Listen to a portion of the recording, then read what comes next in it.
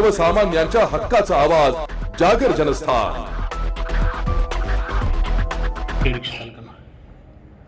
आता नाशिक शहर वाहतूक पोलिसांनी शहरातील ऑटो रिक्षा विरुद्ध मोहीम सुरू केली आहे. हा मोहीमवर आम्ही तीन कारवाई सुरू केली आहे.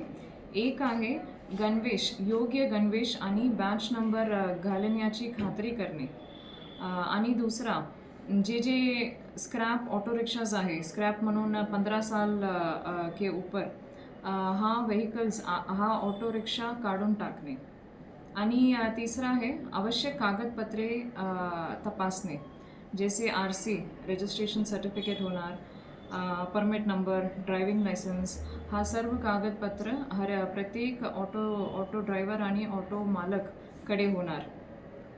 हा 3 मुद्दा खूप महत्त्वपूर्ण आहे.